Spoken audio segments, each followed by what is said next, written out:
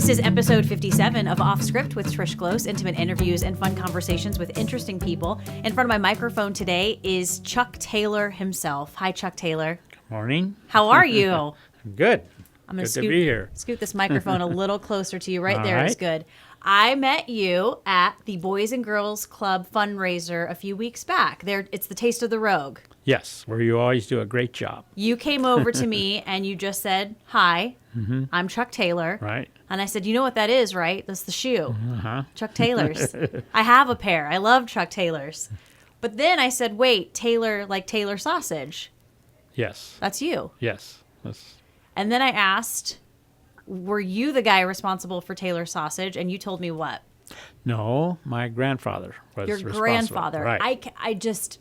We're going to talk a lot about this. I'm super excited to hear these stories. I do want to say you brought your beautiful wife, Marilyn, with you. Yes. If you're watching, she's right over there in the corner. And I said she's here to keep you in line this morning. Right. She's kept me in line for 61 years. 61 years. We're also going to talk about that. I told you I want to hear the story of how you two met. Right. So, Okay. All right. First, though, Chuck Taylor, we are going to start from, where are you from originally? I was born in Hollywood, California. Hollywood, California. Hollywood, California, yeah. Then when it was really nice. I'm not too sure about it now. Okay. I'm glad to be away from it. But I was raised in Southern California. When were you born? I'm going to steal that mug. Yeah, you better, because I have a habit of doing that. I'm going to keep you in line, too. Yeah. What year is this? When were you born? 1932. 1932, Hollywood, California. You grew up in Hollywood? Yes, Hollywood, North Hollywood, San Fernando Valley. How long were you there for, your family? We lived there till, let's see, I went through junior high there in San Fernando. And then we moved north to Santa Rosa. Okay. So what was it like growing up in Hollywood?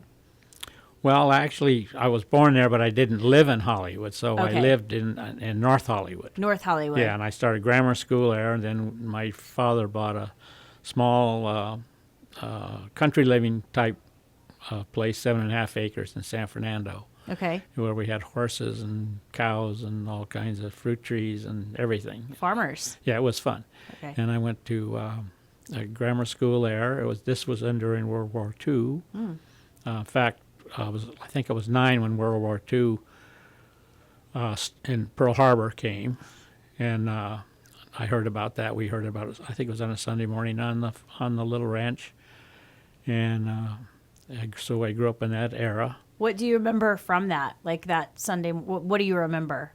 Oh, coming over that we had the radio then. No TV. Exactly. That came later, and the announcement coming over the radio, and it was just crushing, of course. And what the future was going to unfold. And as it turned out, we were on in direct line with Van Nuys Airport, where they trained fighter pilots. So we were a mile off that runway. Wow. So we had a lot of activity going on during that time. I saw several wrecks, airplanes. Saw a mid-air collision one morning, and the guy parachuted out. You saw that? Yeah, we were out feeding the animals, and we heard this huge crash, and we looked up right over our heads and saw these two planes, P-38 type airplanes, split apart. And one guy bailed out. Yeah, one fellow bailed out. The other one crashed in the field adjacent to us and caught on fire. And I remember them taking him out in a body bag, and I was only 9. So it was kind of a Chuck. traumatic thing. I bet. I was just going to say, this sounds like a very tumultuous time. Here you guys are living on this, sounds like very peaceful farm, and all of this crazy stuff is happening around you. Yeah, and then they used to practice all their dog fighting. Right over where I went to school, you could come out on the playground, and we'd look up from playing marbles and see these planes doing their maneuvers and stuff. So That's an image. yeah. Yeah. So what did your parents do then?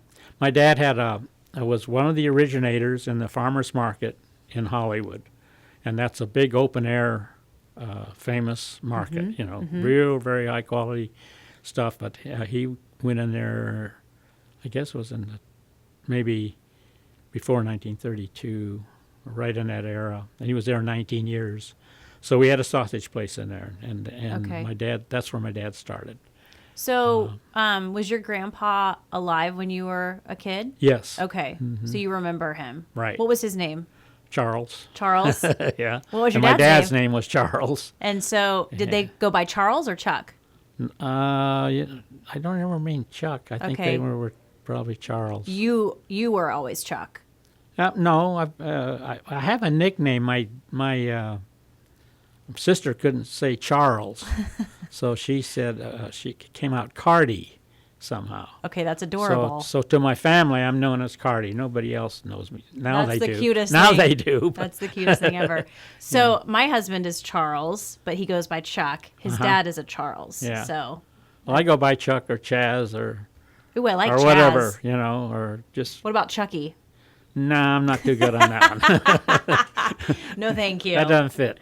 So your dad was, you said, one of the originators of this farmers market? Yeah, there's when he left there after 19 years, there was only 2 left, and he was one of the originators. So Wow. yeah, and he had to leave then. Was during World War II, supplies of pork were really getting hard to get, and he'd be open for a few hours, and he just got so frustrated that we left and we bought a dairy farm in Santa Rosa. So I went to Santa Rosa High School and was in the FFA and all that stuff. Okay. And So enjoyed that. your grandpa then, he started kind of the sausage business? Yeah, he came over from England to Calgary, Alberta in 1904 Okay. or 8, somewhere in there.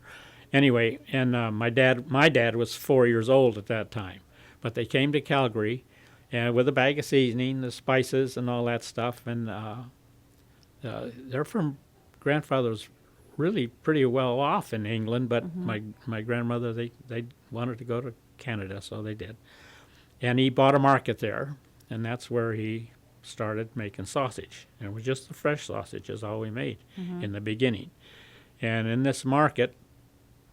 He put in refrigeration. Refrigeration at that time was just coming into, and he'd buy a lot of butter, and he'd be the only one that would have butter all summer. So he really made most of his money in butter. Made a killing. Yeah, and in that place, and their meat displays were fabulous because they would hang ducks in the window and have a bear and these kind of things in their open air windows. So their display things must have been fabulous to watch. So unique meats too, or Do we what? unique? Were his meat, some of his meats and sausages, were they more unique? No, or in that time he was just regular grocery store, and Okay. and the meats was just a small sideline. Okay. But he did make sausage then, and our pork sausage. But and he sold that. He sold his business. He retired from it, and he was on his way. He bought back up a little bit. He bought a place on Vancouver Island, up near the Campbell River area, and he raised Arabians, and he was retired. But he had sold the business in Calgary for notes, and all the notes went belly up. So he's man. going to have to start over. And another point, just for fun to bring up, was that just out of Calgary they lived in Okotoks. And at that time, my grandmother was a very proper lady from England. The Indians would actually come up and ride right down her veranda on horseback, on their ponies. And it was quite a different experience for her.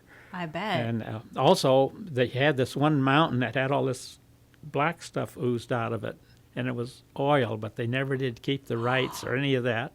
Another part of their ranch had this material was asbestos. Well, asbestos would have been, at that time, was a money-making thing, but he never kept the mineral rights on that either. So Really? But he bought this horse ranch in Vancouver Island, and we're near Victoria and all that stuff. It's upriver from there, and raised these Arabs. He would go down and visit Randolph Hearst at Hearst Castle because he was also into Arabians and played this horse bit. But then when he'd lost all his money and had to start over, he was on his way to Australia. And the only way you go to Australia is through Los Angeles. Those were the boats and stuff. Yep. And like now you do Qantas and go Right. fly out. But so he wired back to my grandmother. She says, "This is the I think we found a place here, and it's a lot like Australia, and really in a way it has eucalyptus trees and the warm, And real pretty, nice climates. real pretty at that point. Yeah. too. So they all moved there.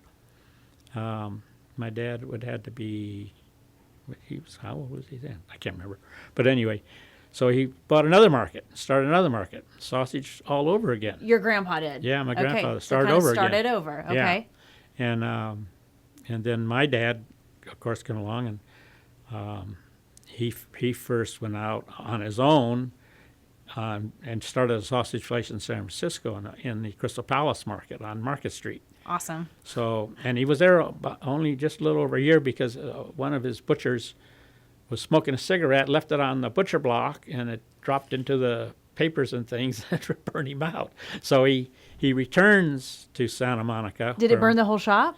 Well, enough to make them move on. So, Oh, or maybe they man. got kicked out. I don't know after that because it was in a big concessionaire type market. That butcher's fired.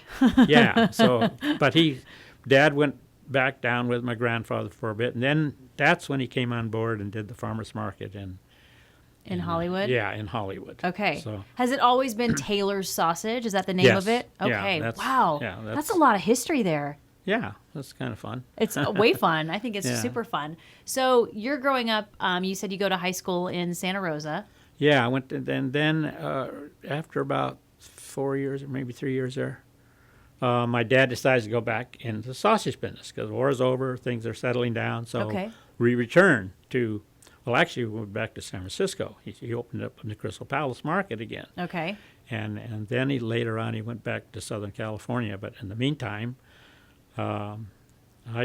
we moved to Canoga Park when we go back. That's in the San Fernando Valley. Mm-hmm. And he commuted over the hill to the farmers market again in Southern California. So we're first in the Bay Area, then and my uncle took that over, and my dad reopened in the Okay. farmers market again. And then I finished high school in Canoga Park and went on to Cal Poly to study agriculture. So Cal Poly, San Luis Obispo? yeah. Nice. Yeah. There's been a few Cal Poly alums on this podcast. Oh, it's good. It's a popular spot. It's really beautiful there. Yeah, that's probably the nicest part of California. Yeah. I'm going to ask you what you wanted to be when you grow up. But before that, did you grow up with siblings? Yeah, I have two sisters. Two sisters. Yeah. Okay. Who's the oldest? Who's the youngest? My oldest is 2 years younger than me, and she lives in Laguna Beach Okay. right now. And my other sister, she lives out in Cave Junction Okay. near us, so Okay. she's So a lot younger. are you in the middle? I'm the oldest. You're the oldest. Yeah, I'm the one I okay. experimented on.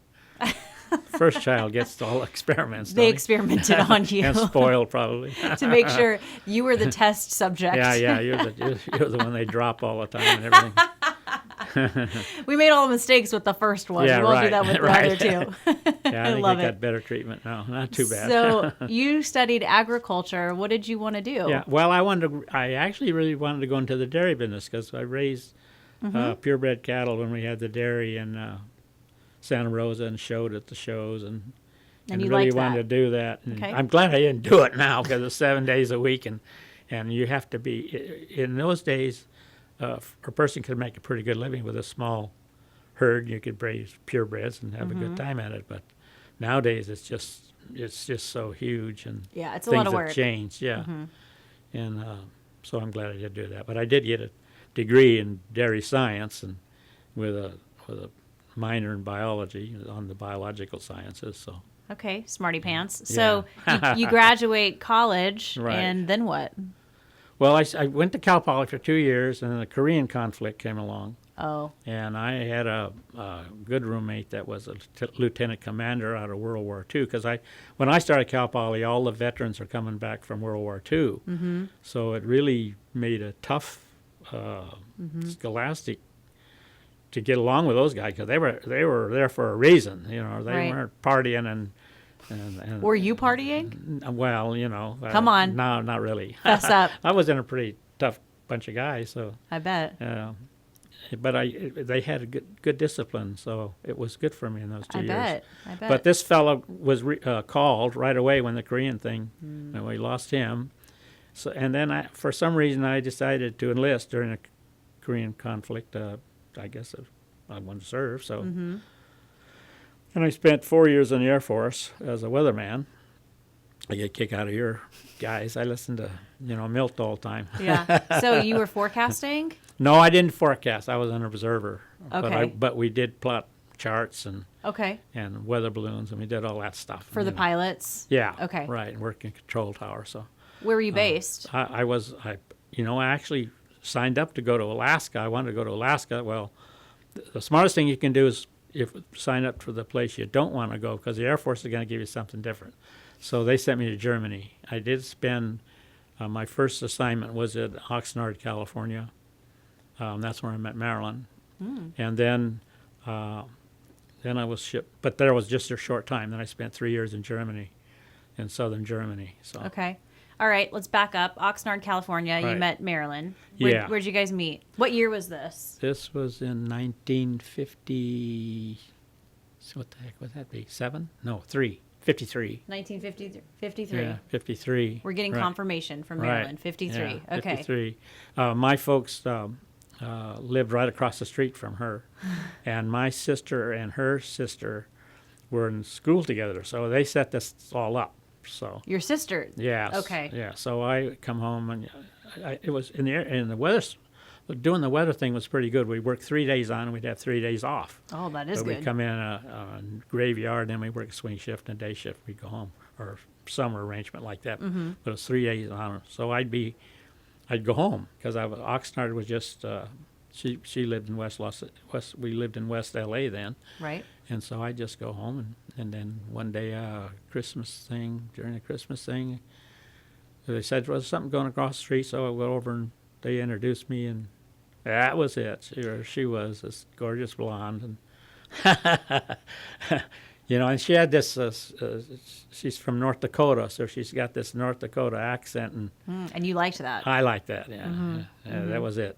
Are you guys about the same age? What's the age difference? She's older than me. She's older oh, than yeah, you. she's a lot older than me. You snagged an older 6 woman. Months, 6 months, 5 months. 5 months older.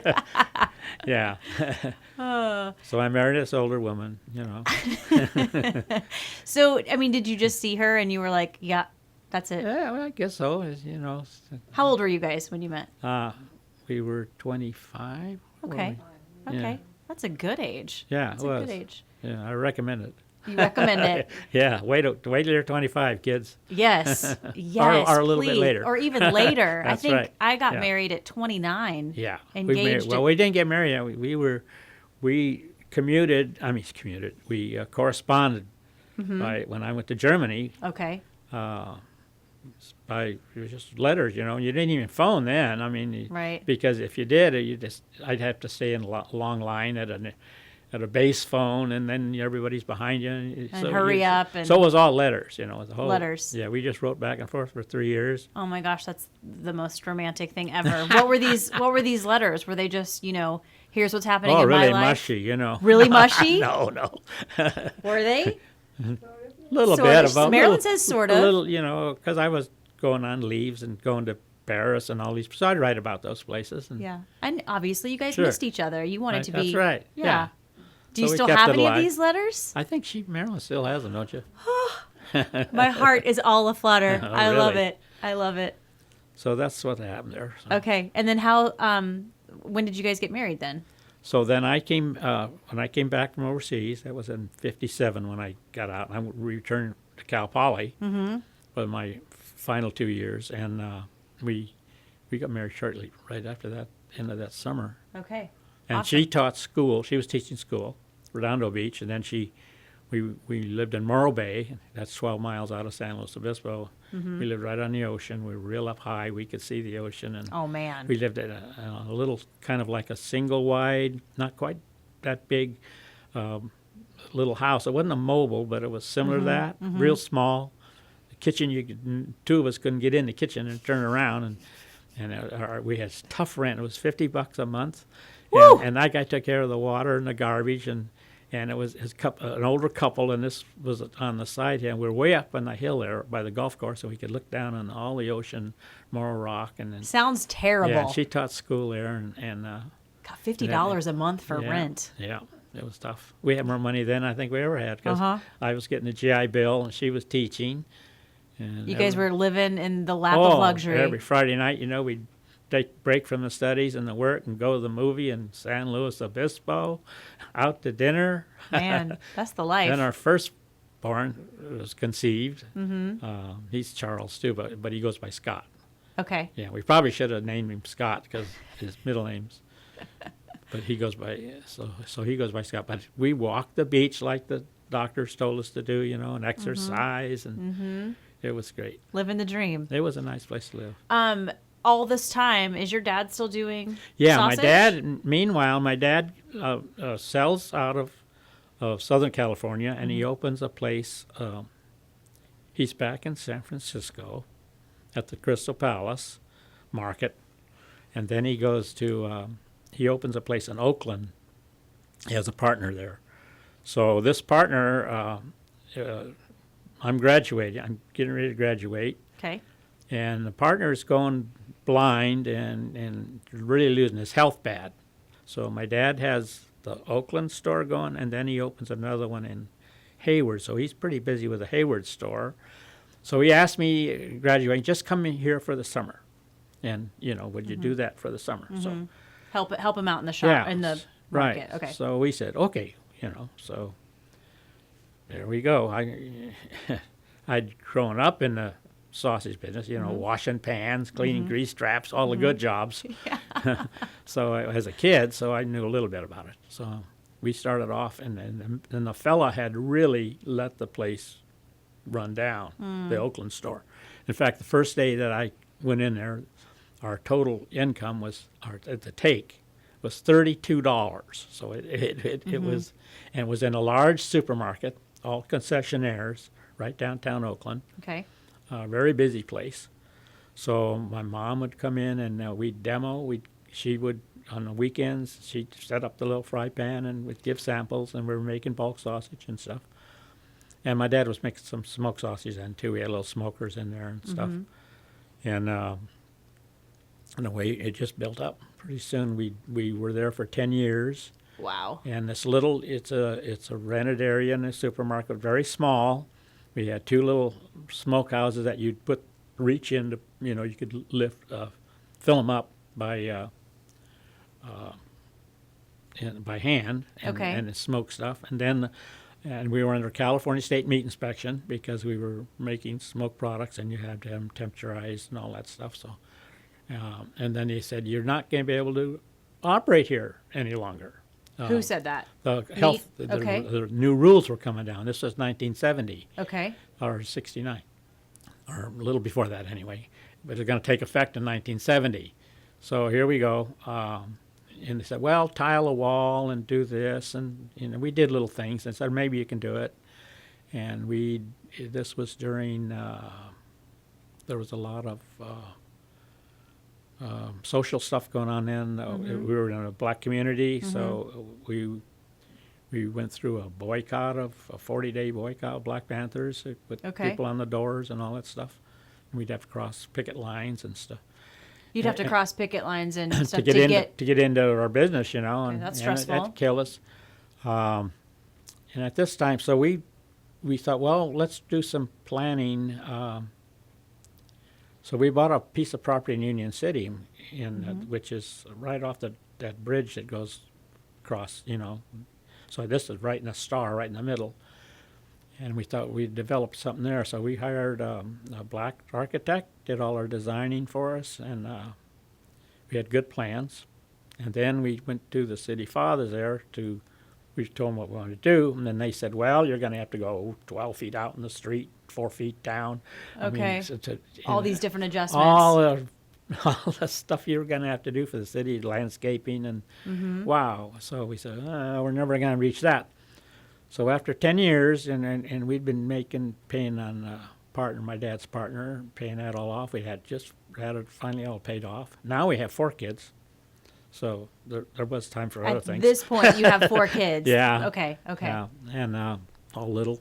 And Marilyn did all the. I worked 6 days a week. She was raising the 4 kids and did the banking for me, and so it was a steady grind. But we always took a vacation. We always managed to take 2 weeks, and we'd go up to Lake Pillsbury, which is right near Ukiah, just out of Ukiah. Okay. Really pretty little lake and small campground. First couple of years we did it in tents, and then we finally graduated. At the end, we'd get a cabin, so it was Nice. luxury, you know. Nice. And really good fishing there. But I'm on the last 2 weeks. I'm always reading things, and I have the San Francisco Chronicle there, so I've read everything in it. So I started reading all the ads. Okay. I'm really desperate for reading material. So there's a place for sale in Grants Pass. It says a meat place. So Okay. And you're like Grants Pass, Oregon. yeah. Okay. So I says, well, being with a dairy degree, I had friends that had farms up in Salem area. So I said, I'll just drive up there and see what's cooking, you know.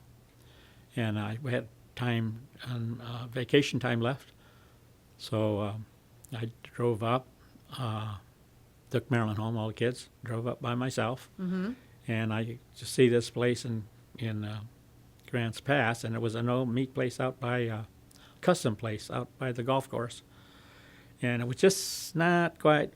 I mean, California inspection was well ahead of Oregon meat inspection by a bunch. Right. And I said, oh, this will never fly. You know, I thought I could find a place up here and make the stuff and ship back. They said, well, there's a little place in Cave Junction that's for sale. You're like, where? Well, we'd gone through the caves. Actually, we'd been up here. Oh, okay. So you'd been couple to the Oregon years, caves. Yeah, and so a couple of years earlier, wasn't it? Yeah, checking with my boss there. Checking with the And, boss. yeah, and so I said, well, I'll go out and see it. So I drove out there, and here was this little locker plant. It was really just small, but built in '63. This was '69. Mm-hmm. And it just, I went inside, met the lady. She and her husband owned it, and they were doing custom and all the farm kills and a lot of the lives, you know, the game animals and stuff. Okay. And they had a beautiful, right down below us was this guy's farm, and it was all just under irrigation, and all these Herefords were down there, and the sprinklers are going. It's pretty green, you know. Beautiful. And this little plant, little white block plant, concrete block, it had lockers and stuff. And she says, this was at a time when interest was really high, like 21%, 21% for loans. Mm-hmm. And everything was stagnant. So she said it was for sale, but it had been sold to the butcher that was working there. But they were waiting to see if his place would sell. Okay, so it's pending. Yeah, pending. So I said, oh, okay. You know, and she said, well, could you come up with, no, I went down, and she says, my husband's down doing the irrigation and the farm below. So I went down and met him, and they were older, a lot older, quite older. They were in their 60s, I guess, maybe, 70. And he said, well, could you come up with $10,000 down? And I've never been one to BS or and beat around the bush. Just out of my mouth, beat around the bush. Yeah. I said, oh, no problem. You know, where did this come from? So you had some word vomit, just like what? Yeah, that wouldn't be a problem. So she said this was like on a Monday. She says, well, we'll let you know on Friday, you know, how things are doing. So I turned around and went home. I didn't even go up to see my friends.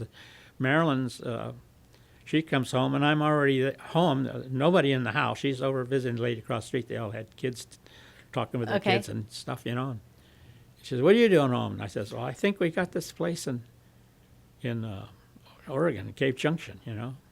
And sure enough, the lady calls me on Friday, and she says, it's yours. I said, oh, boy, now what do I do, you know? Right. So I put my Union City property up for sale, and it sells immediately for cash to a union, a credit union, not a credit union, but some kind of a union. Okay. Wanted the place, so I've got my money. So you had the cash. Yeah. That's kind of meant to be. Yeah. Seems like yeah, it. Yeah, everything In fact, my whole life's been that way. It's just been. I'm not in control. I'm strictly a steward. I'm given all these gifts, and it just goes from there. Yeah. It's always been that way. I don't know why. I like that. I'm blessed. I feel the same way. I feel just, I try not to stress too much about what's going to happen and the outcomes of things. And then when you always look back on the decisions and the choices and the paths you've taken, it kind of is like, man, that was meant to be. Yeah. Because if I would have done that, I wouldn't have met this person or Right. had this job. And Yeah, it's just somebody's pulling our chain. I think so. Or not chain, or just there's a lot of angels looking after us. a little puppet master up there, just Yeah, making sure we make all the right moves. And I like that. It's always been that way. Just worked out. Yeah. So you guys pack everything up and move to Cave Yep. Junction. So then there's the housing situation back then. There was nothing there. Nothing. There was 320 people in the town, Right. and most of it was falling down, and a lot of it's been gone since we've moved there. So there was no. And meanwhile, my dad had been retired. He comes up and runs this place for me for. Wow. We bought it in September, and to go through escrow, and he runs it through till January. We moved there in January, 1970. There was 10 days of rain before we got there. The rain stopped, and all our stuff got moved in on a nice day. Here we're looked after again, and then it commences to rain again for another 10 days. This is quite coming from. There's a lot of rain for us. Yeah, well, for sure. Coming from California, welcome to the Pacific Northwest. Right, that's right. But anyway, so that was our start in 1970s when we moved. This getting back to where my dad was looking after this for us. He sends us a clipping. He says, "You better come and look at this house." So it's 5 bedrooms, 2-story. And it's right just a mile from our sausage plant. Nice. So, really nice couple that owned it, but he'd been an insurance man there a long time, and quite a member of the community, and nice guy. So they give us terms on it and everything, and we get a 5-bedroom home for $27,450 and an acre and 7/10 of ground. So. Oh my goodness. And we turn around and we sell our home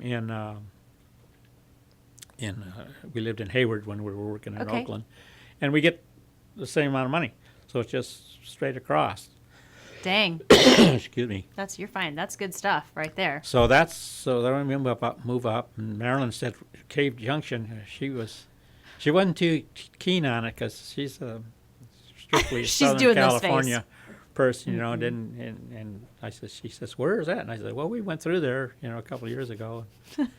and our home where we live now, it's just a mile out of town, but at that time we were the only one there, and you couldn't see a light it was pitch black at night. There was no. Oh yeah, I mean Cave Junction is a small town now. Yeah, so since then, of course, since we've lived there, the high school's gone in across the street from us, and the swimming pool next to us. So that's where we are, and it's all grown up. And, quite noisy. You guys lived in this house how long?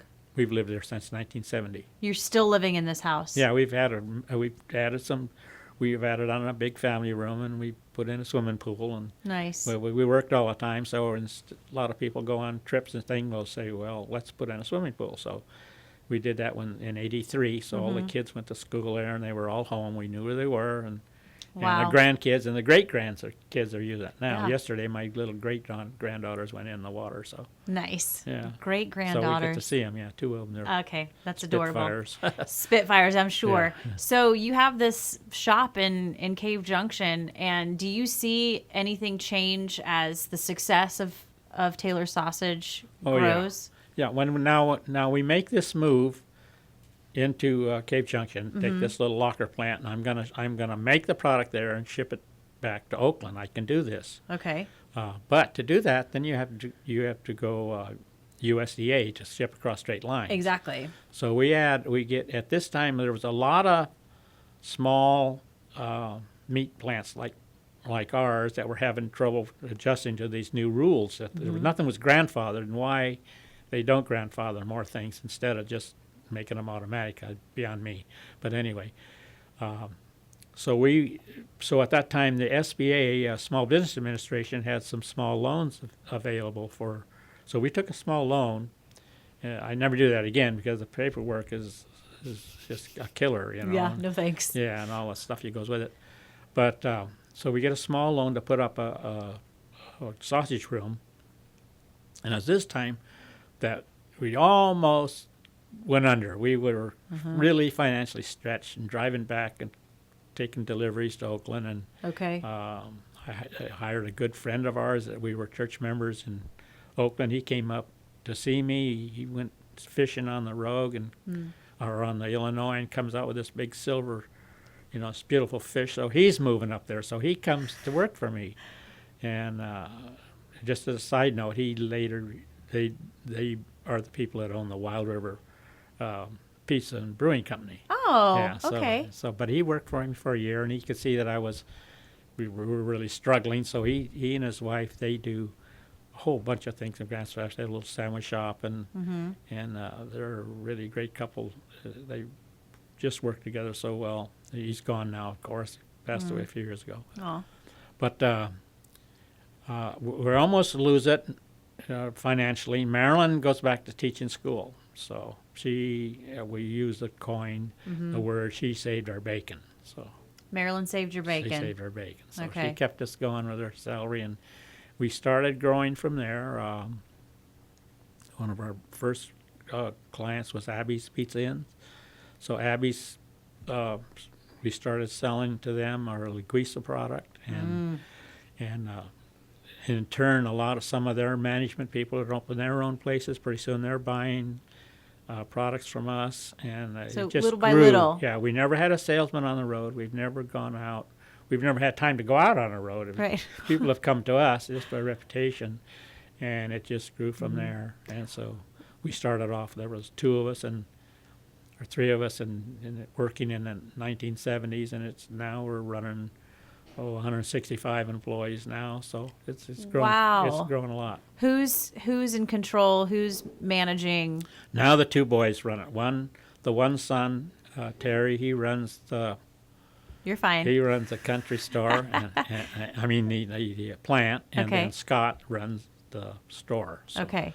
it's looked after that way. In fact, there's a meeting today. We're getting ready to put a big new roof over our country store downtown. So we're meeting with contractors today. So. Now, when you go into a grocery store or even restaurant, it's Taylor sausage is in the freezer section, or this is made with Taylor sausage. I mean, you guys. Yeah, we've added so many products over the years. I mean, my grandfather started. Now you want to say in Calgary he was just making bulk sausage. Then pretty soon in the Hollywood store in farmers market, Dad had bulk sausage. He made link sausages, but then we added all these smoked items. Our seasoning, which is we use all natural spices, and it makes it lends itself to making all kinds of other. We started with a Polish sausage and a Louisiana sausage and a Linguiça, all the different kinds. And now, of course, we're into all the jerky types, and we're sending a lot of jerky into Canada, some clear into Florida. There's a couple markets down there. So we're shipping a lot of stuff, and we make an awful lot of private label stuff for little farmers that do grass-fed this and organic that, and I mean, we guide them through the USDA stuff. This is truly a family business. Yeah. I'll let you take a sip of water. Okay, thank you. I'll do some chatting. I'm talking too much. While you're sipping. I love it. That's the whole point of why you're here. But this truly is a family business. Do you ever think, if your grandpa or your dad kind of looking back, they started it. They are looking back. Yeah, they started all of this, and look what it is today. Yeah.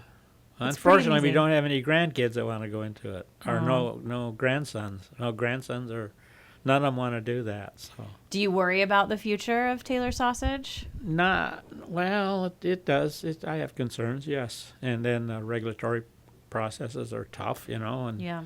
I mean they're necessary, but. I mean, you want to see it live Oh, we'd like to see it go forever. But, forever. Yeah. but and it will. But I don't know how. But I mean, how it'll turn out. But Again, something that maybe you shouldn't worry about because Yeah. it'll just Yeah, happen it'll as it happen. should. Yeah. Do you consider yourself a foodie? a foodie. Yeah. Oh, I mean, yeah, I are like you foods. okay? Yeah. Yeah. Well, our little country store, we do a small restaurant thing, and it's really tiny. Our kitchen is it's tough, awful tough to work in. It's so small, and it was an afterthought, because we used to have at the sausage plant before we moved down to the highway, we'd have a sandwich of the day, and people, pastrami, Reuben on Wednesday, and all these different man. ones. People came for those. Sounds so good. So when we opened down there, we just really wanted to get on the highway to sell our products because we were off the road and nobody knew we were in there selling products. Right. And when we put it in the country store, and so we started with just a few, and the food, it's just wild now. We're selling out of there. So I'm interested. I take all the food magazines and television stuff. I watch a lot of foods. So yeah, food's interesting. Food is fascinating. I agree. Yeah. And it's just I think food, and that's why one of my final questions is about food, because I just feel like it brings people together. And growing up in South Carolina, the center of all of our family gatherings, it all had to do with food. Yeah. So I don't know, it's very special, and especially with this family business that you guys have. I mean, sausage is Yeah, and we're always life. experimenting. good. Yeah. I mean, we're always trying new things. As Terry is really into it. He does all the catering for us. So. Awesome. And I know you guys are very a community staple as far as you give back to your community a lot. Yeah, we enjoy the people there, and we want to help as much as we can. We'd like to help more, but you can only do so much. Well, and I just want to offer this up too. Every year that I've been emceeing the Boys and Girls Club, every single year there's an auction item for a Taylor's sausage barbecue. Right. You guys, you'll come to someone, you donate all of that, you cook it up, you have this barbecue, and it's really just to raise funds for the Boys and Girls Club. Right. That's been our Boys and Girls Club has been a big part of our lives, and our charity that we really support. So Yeah.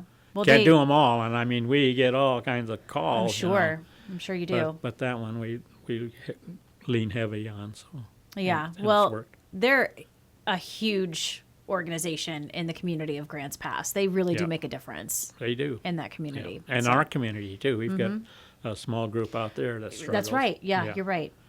You've seen a lot in Yes. your life, Chuck Taylor, So far. so far. What are you doing these days? What are you and Working. Marilyn up I to? still work. I still work every day. I go in at 7:30 in the morning and work till noon. Go where? To the I plant? go to the plant. I go to the store first, and I walk. I make a walkthrough. I check all the counters to see where there's any holes, and then I go into the cooler and freezer to see, because I do the ordering, Okay. and some of the stuff that they need from the. Does anybody tense up when Chuck Taylor walks in? No. They call me grumpy. So. No, they're a good group. They're good people. So, but I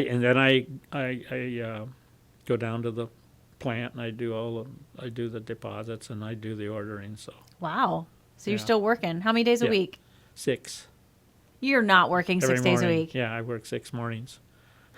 When are you off? When are you off for the day? I go off at noon, Okay. or I'll get out a little 11:30, maybe like that. Okay, but 6 days a week. Yeah, When are you going to retire? I'm not going to retire. No? Retirements, never retire. Why retire? I'm having too much fun. there you go. I am retired. I just, Yeah. some people do crossword puzzles. I go and argue with my salesmen and those things, and it's a challenge. So, and then interested in new products and what's going on and Yeah. what the kids are doing. Blah, You blah, like blah. what you're doing. Yeah, I love it. You love it. Yeah.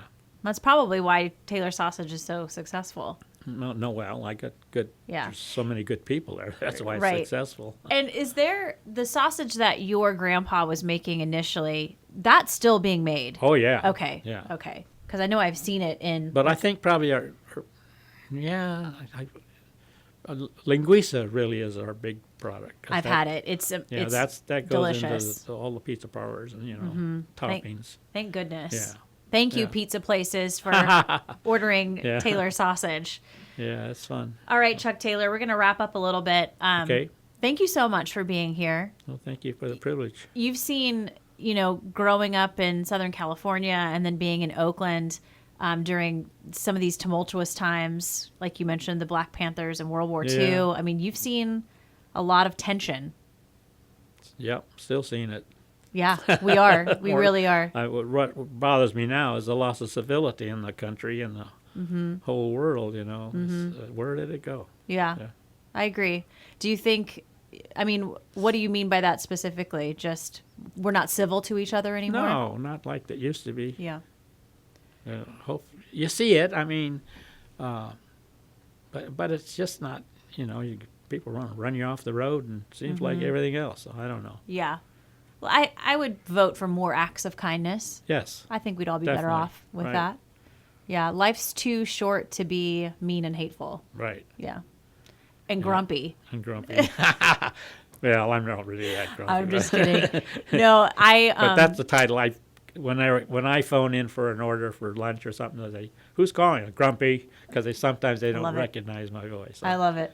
Well, when I was a little girl, my mom gave me a Care Bear, and she gave me the Grumpy Care Bear because I was very grumpy when I woke up in the mornings. Oh, okay.